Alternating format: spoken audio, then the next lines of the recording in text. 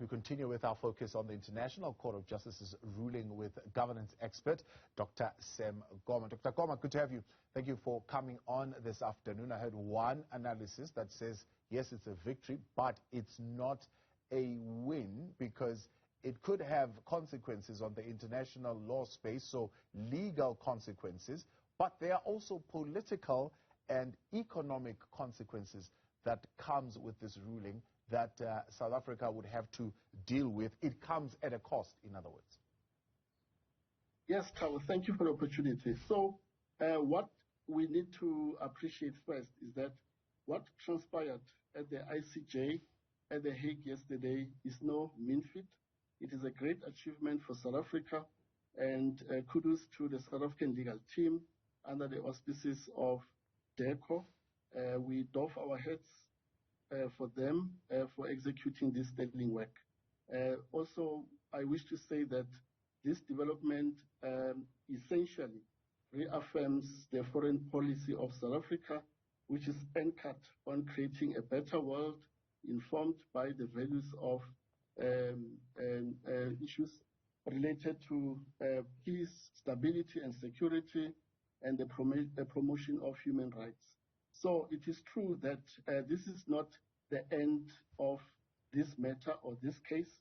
This is just the beginning, because the ICJ has not yet pronounced on the merits of the case.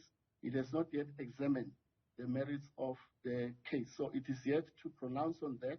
That is the next stage. And that stage will be very crucial because at that level, the two parties will now have to contest with the issue of admissibility of the application made by South Africa, and also looking at issues of is there any evidence that needs to be adduced by any witnesses, and also for the ICJ to then finalize the proceedings in the form of making a final decision.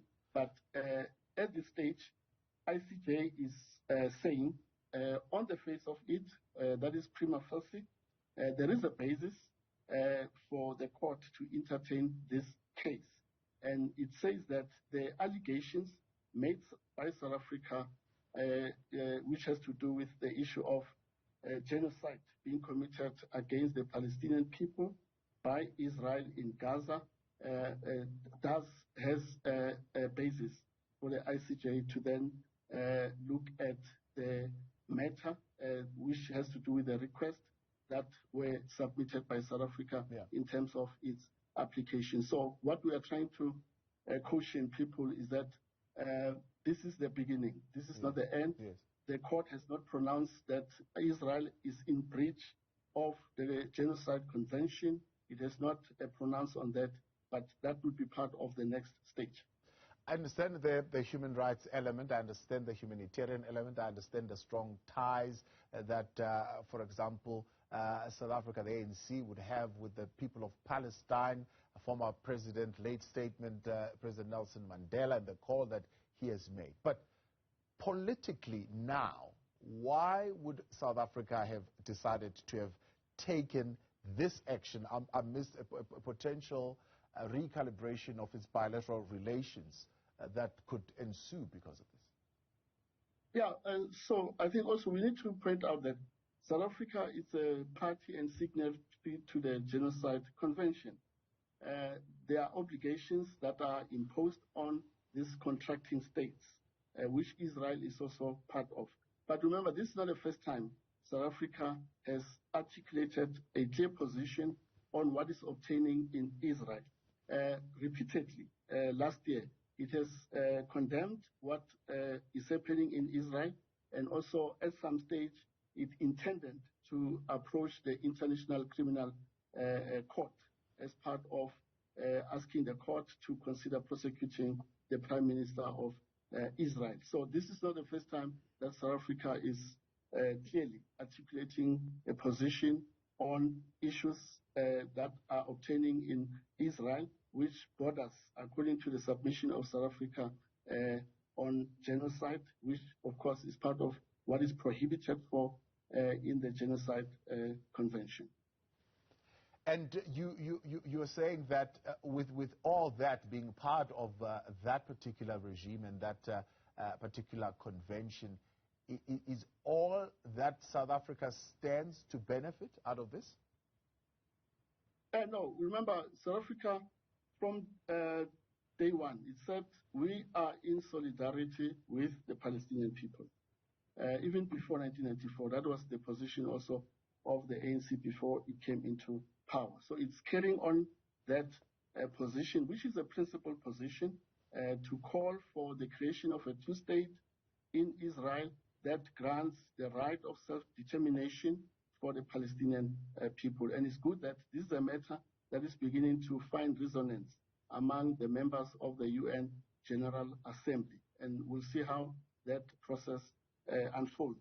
But it would be good to see how the UN General Assembly in the final analysis will arrive at this particular resolution to create a two-state state in the context of Israel. And of course, provide space for the Palestinian people to begin to enjoy their rights to existence and also issues related to other aspects of human rights. What does this say then about the legitimacy and the consistency of this international system, this particular ruling? Oh yeah, so I'm glad you are raising that question. So remember, the ICJ at the moment is seized with the Ukrainian versus the Russian Federation matter. It made a decision in March 2022. It is yet to make a final decision, just like what yesterday it arrived at. So more or less same position in terms of indicating these provisional measures and also making finding around that to say, yes, there is a basis that there are elements of genocide being committed in the context of Ukraine and also in the context of Israel. So what is important, and the ball is basically in the court of the UN Security Council, that in the eyes of the globe or the world, it cannot create the impression that only Africans living in Africa should be the ones subjected to prosecution for committing a crime of genocide. So it has now to look into these two decisions, one that pertains to Ukraine versus the Russian Federation, and now we have South Africa versus Israel. And we need to see consistency because we know that perpetrators of genocide committed in Rwanda were tried by the International Criminal Tribunal, which falls within the auspices of the UN Security Council. Some have been sentenced as we speak. We need to see the same being meted out in the case of Israel. Once the ICJ pronounces on its final decision and making referrals to say these are instances where there was clear evidence that acts of genocide were committed, we refer this to the UN Security Council and call for the UN Security Council to then establish an international criminal tribunal, just like we have with the Rwandan genocide. The International Criminal Tribunal, which is located in Tanzania, is seized with these particular cases.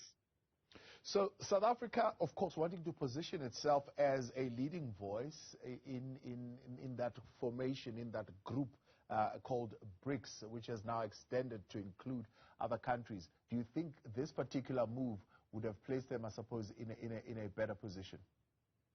Yeah, of course, it strengthens our position internationally, that South Africa is now a force to be reckoned with on issues of international affairs, but very important on matters that relates to the call for peaceful resolution of conflicts, as opposed to resorting to a war that, of course, as we know, is common cause. What are the implications and consequences of any war? So it positions us very well within the BRICS bloc, but also beyond the BRICS bloc. We are part of the Global South, and many countries that are part of the Global South are applauding the stance that was taken by South Africa to bring Israel before the ICJ and call for perpetrators of this war to be held accountable, just like the others in Serbia, Bosnia, Luo, and also other cases that were decided by the International Court of Justice.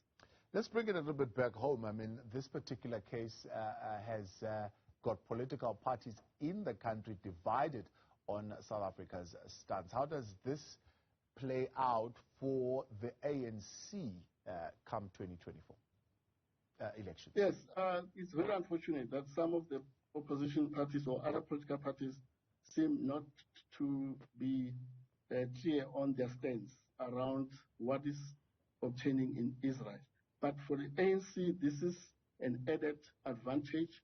It adds to its messaging that 30 years of our constitutional order or democratic order as an ANC-led government, these are the gains that we're able to record, and these are the challenges we continue to grapple with, but we are on course through interventions and other measures to grapple and also to deal decisively with these challenges that are still prevalent and facing majority of South Africans. So it benefits the ANC very well.